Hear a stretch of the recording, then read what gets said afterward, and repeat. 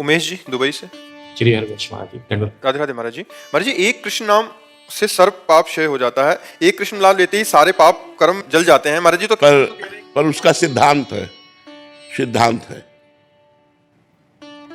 जो पुरानी मोटर होती है वो एक बार में स्टार्ट नहीं होती, नहीं?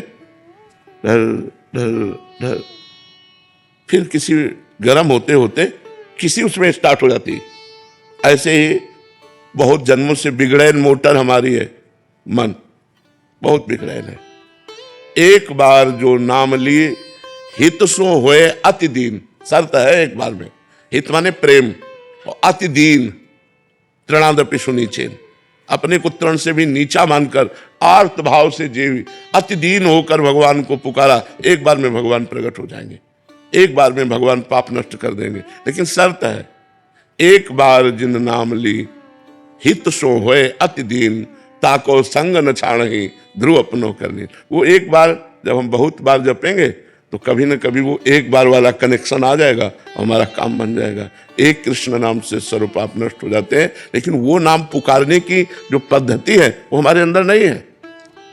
दीन होकर आर्त भाव से एकाग्रता पूर्वक ये जब आ जाएगी तो एक नाम चमत्कार दिखा देगा, भगवान के नाम की महिमा। तो इसीलिए तो हम निरंतर जपते हैं कि हमारे पाप नष्ट हो जाए, हमारा मन पवित्र हो जाए, हमें भगवान की प्राप्ति हो जाए। तो हम बार बार इसलिए जपते हैं कि कभी वो एक बार हमारे हृदय में वो भाव आ जाए जिस भाव से भगवान प्रकट होते हैं, जिस भाव को भगवान सुनते हैं। भाव बिन सुनी पुकारे मैं कभी सुनता नहीं। जो भाव के बिना नाम जप किया जाता है उसका फल मिलेगा कि भाव आएगा, लेकिन भाव से भगवान की प्राप्ति होती है। तो हमारे अंदर तो अभी देह भाव है, भोग भाव है, जगत भाव है, अभी भगवत भाव थोड़ी है। तो भगवत भाव से युक्त होकर प्रेम में डूबकर अति दैन्य भाव आर्त भाव से जपो तो एक नाम से सारे पाप नष्ट हो जाते हैं। जिनको वृंदा विपिन है कृपा तिन्हि की होए, वृंदावन में तमें तो रहन पाए सोए। रोजाना निवेदन कर रहे हैं आप? निवेदन एक अलग चीज होती है बच्चा, और आर्त भाव से रोना एक अलग चीज होता है। हम जब काशी से आए तो वृंदावन में हमारा कोई परिचय तो था नहीं, तो एक संत से मिले तो उनसे कहा अगर हमें 3 दिन वृंदावन रहने को मिल जाए तो हम दर्शन कर लें। बिहारी जी के नाम सुना था, कहाँ है बिहारी जी कुछ पता नहीं। तो उन्होंने एक जगह हमको रखा और जब यहाँ दर्शन किया, रास और कथा सुनी। उस समय बड़े सिद्ध महापुरुष थे मथुरा दास जी, वो भक्तमाल की चर्चा करते थे, बड़े सिद्ध, वाणी से अमृत टपकता उनकी। अब तो मन रम गया, और जिस आश्रम में रखा वहाँ संत सेवा होती थी तो वहाँ हटाने का कोई नाम नहीं था। तो 2-3 महीने व्यतीत हो गए, लेकिन वहाँ वातावरण जो था वो आश्रम का था, और काशी में घाट में रहते एकांत वातावरण में, तो एकदम मन भागा कि एकांत मिलना चाहिए जिससे हम निरंतर भजन कर सकें। अब वहाँ एकांत तो हमारा कोई परिचय नहीं, तो मदन मोहन का टीला देखा है, इस टीले पे चढ़ करके एकांत में दोपहर के समय खूब रोए भगवान से आर्त भाव से। 1 रुपया पास नहीं, एक व्यक्ति से परिचय नहीं, 1 इंच जगह नहीं, बिल्कुल अकिंचन ऐसे खूब रोए कि भगवान मुझे वृंदावन वास दे दो। कहीं भी अगर एक कोने में मैं पड़ा रहूं, वृंदावन से कभी बाहर न जाऊं तो मेरा जीवन सार्थक हो जाए। प्रभु अब मैं रास के बिना नहीं जी सकता, अब मैं वृंदावन के बिना नहीं जी सकता। ये जो भगवत कथा होती है, ये जो रास होता है, उस समय उड़िया बाबा में रास हुआ करता था, अब तो सब परिवर्तन हो गया। ये स्वामी रासाचार्य श्री राम स्वरूप जी का पांडाल, यहाँ रास होता, पांडाल टूट गया। अब तो बड़ा समय आधुनिक आ गया है, जगह जगह बिल्डिंगें, नहीं तो बहुत लता पता सब। रोए बच्चा, जब खूब रोए, घंटों रोए, और रो करके सोचा कि अब चलो काशी चलते हैं पुनः, जैसा हमारा जीवन था। तो जो ही उतरे तो एक छोटी सी इतनी बड़ी लाली गौर वर्ण की हमारा चला पकड़ा, दोपहर का समय था, और बस ऐसे घूमने लगी चारों तरफ, और बोले थी जाएगो बाबा जाएगो। तो हमारी तो कुछ समझ में नहीं आ रहा था, क्योंकि भाव में एकदम उतरे थे, अचला छीना से चल दिया। जब आगे चले तो हमारे दिमाग में आया ये लाली क्या कह रही थी, जाएगो बाबा। हम ऊपर सोच के आए कि काशी जाना है, ये क्या, ये लाली क्यों। तब लगा यार श्री जी तो नहीं थी, क्योंकि वृंदावन। फिर लौट के आए, हमें लगा कि किसी गोस्वामी की कन्या होगी, तो लौट के आए, वहां आसपास पूछा तो बोले यहाँ तो बाबा जी रहते हैं सब, मदन मोहन जी के नीचे, यहाँ तो बाबा जी रहते, यहाँ तो कोई कन्या है नहीं, लड़की है नहीं। बस हमारी समझ में आ गया कि हमारी लाडली जू हमारे छोर को पकड़ लिया। जिस आश्रम में हम रहते थे उस आश्रम में गए तो पहले से एक संत खड़े थे।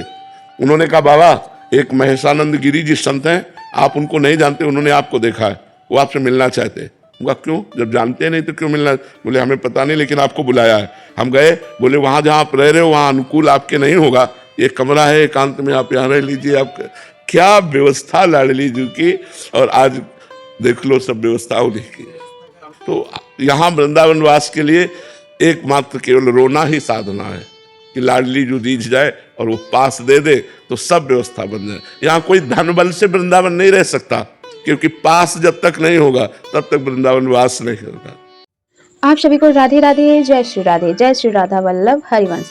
तो जैसा कि आज का प्रश्न था कि कृष्ण भगवान का एक ही बार नाम लेने से हमारे सारे पाप नष्ट हो जाते हैं, तो हम नाम जप क्यों करें? तो इस पर महाराज जी ने उत्तर दिया कि वो भाव होना चाहिए अंदर से, माना कि भगवान का नाम लेने से हमारे पाप नष्ट हो जाते हैं। कोई भी नाम जप करे आप, एक कृष्ण भगवान का ही नहीं, कोई भी नाम जप करिए तो उससे हमारे पाप नष्ट होते हैं। लेकिन जो जैसे कि महाराज जी ने एग्जाम्पल दिया कि वो मोटर है, स्टार्ट हो रही है धीरे धीरे धीरे, तो आपके पूर्व जन्म के, उसके पूर्व जन्म के जो पाप इकट्ठा है, तो और इस जन्म के पाप इकट्ठा है, तो वो सब तो हमें खत्म करना होगा, जिसके लिए हमें नाम ज़्यादा से ज़्यादा जप करना होगा। ज़्यादा नाम जप करने से हमारे सारे पाप नष्ट होते ही हैं, उसके बाद आपको भगवत प्राप्ति होती है। आप पहले स्वच्छ हो, जो भी कोई भी जन्म का जो है पाप वो पहले नष्ट होगा, आप पूरे तरीके से स्वच्छ हो जाएंगे, शुद्ध हो जाएंगे, तब भगवान आपको दर्शन देंगे। जैसा कि भगवान कृष्ण का नाम लेने से सभी पाप नष्ट हो जाते हैं और मन को शांति भी मिलती है, और नाम लेने से सारी इच्छाएं पूर्ण होती है। यह मन में भक्ति का बीज होता है और व्यक्ति को आध्यात्मिक प्रेम का अनुभव होता है।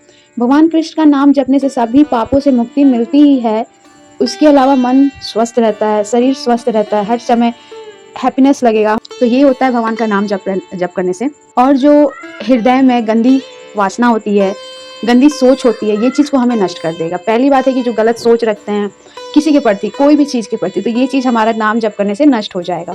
तो आज के लिए इतना ही। मुझे आशा है कि ये वीडियो आप लोग को अच्छी लगी होगी तो वीडियो को लाइक कीजिएगा, चैनल को सब्सक्राइब कीजिएगा। आप सभी से मिलते हैं नेक्स्ट वीडियो में। नाम जाप करते रहिए और अपने सारे जो पूर्व जन्म के, इस जन्म के पाप को खत्म कीजिए, तभी हमें भगवत प्राप्ति होगी। क्योंकि हमारे पूर्व जन्म के पाप, इस जन्म के पाप, उससे भी अगले जन्म के पाप, ये पूर्व जन्म के पाप तो मुझे पता नहीं कि हमने क्या गलती की है, हमसे क्या पाप हुआ है।